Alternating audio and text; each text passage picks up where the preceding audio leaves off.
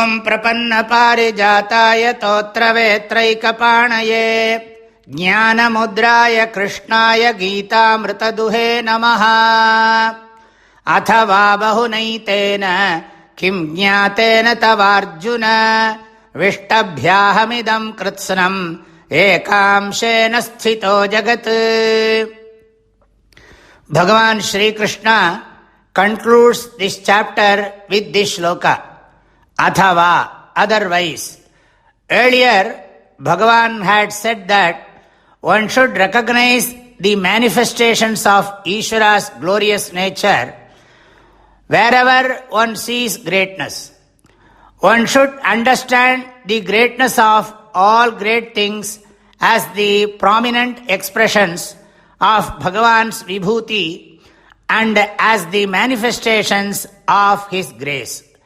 Otherwise, etena bahuna jnatena kim, by understanding it too well, what do you gain?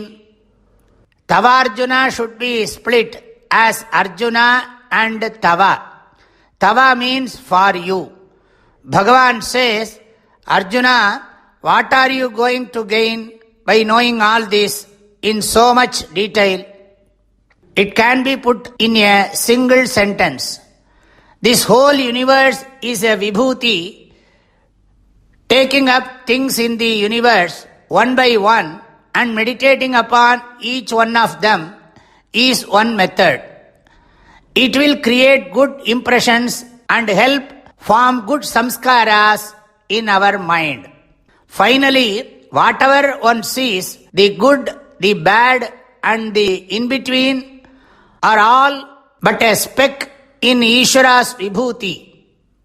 The sun, the moon and all the innumerable galaxies are all manifestations of Ishvara's vibhuti. The Vedas say, Padohosya vishva bhutani tripadasya divi. This whole world that we witness is just a quarter of Bhagavan's glory. The rest of it, the remaining 3/4, is unknown to us.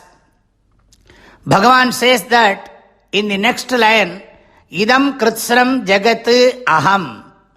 In this whole universe, Ekamshena Sthitaha Aham.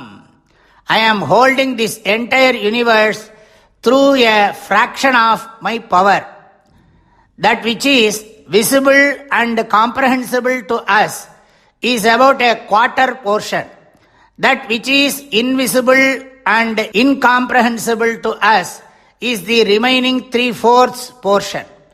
Talking of what we know as a quarter is but figurative. When the whole is unknown, how can one define the quarter? Just as how there is no limit to one's learning, so is there no limit to Bhagavan's glories. So Bhagavan says that he is holding the entire universe by a fraction of his power. Vishtabhyaham sthitaha.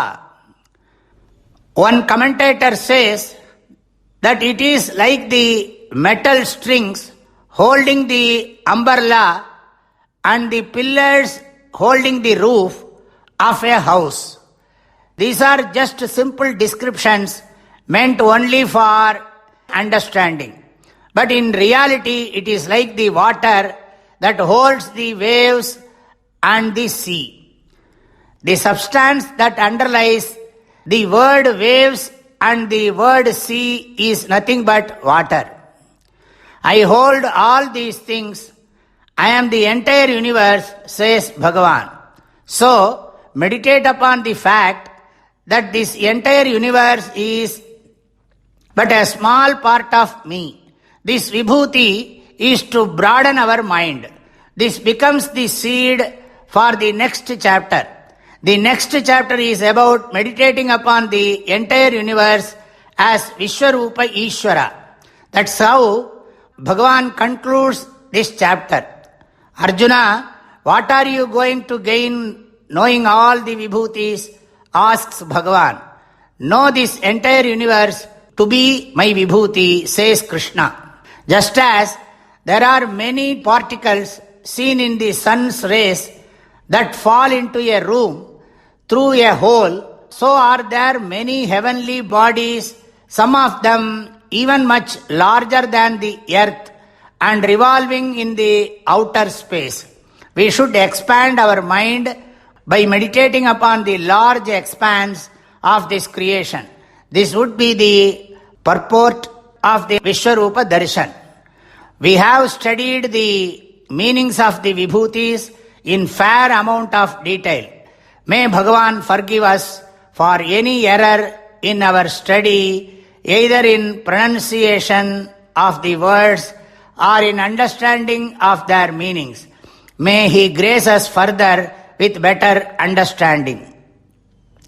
Athava bahunaitena kim jnatena tavarjuna vishtabhyahamidam kritsnam ekamshena sthito jagat. Now let us see the Purti Vakyam. Om Tatsat iti Srimad Bhagavad Gitasu Upanishatsu Brahma Vidyayam Yoga Shastre Shri Krishnarjuna Samvade Vibhuti Yogo Nama Dashamodhyayaha Shri Krishnarpanamastu. We have been seeing the meaning of this Purti Vakya at the conclusion of each of the earlier chapters. Let us anyway recap it now by saying, Om Tat Sat, we seek the Bhagavan's grace to absolve us of all the errors in our study of the chapter, including the deficiencies in our wrong understanding of the meanings. We pray for clarity of knowledge and firmness in action. This is the end of the 10th chapter of the Bhagavad Gita Shastra, which gives the essence of the Upanishads and explains about God, which teaches the Brahma Vidya or the knowledge of the absolute reality, which also teaches the Yoga Shastra that brings maturity to the mind, which is laid out as a divine dialogue between Sri Krishna and Arjuna, which is titled Vibhuti Yoga. My prayerful blessings and best wishes to all of you. Hari Om.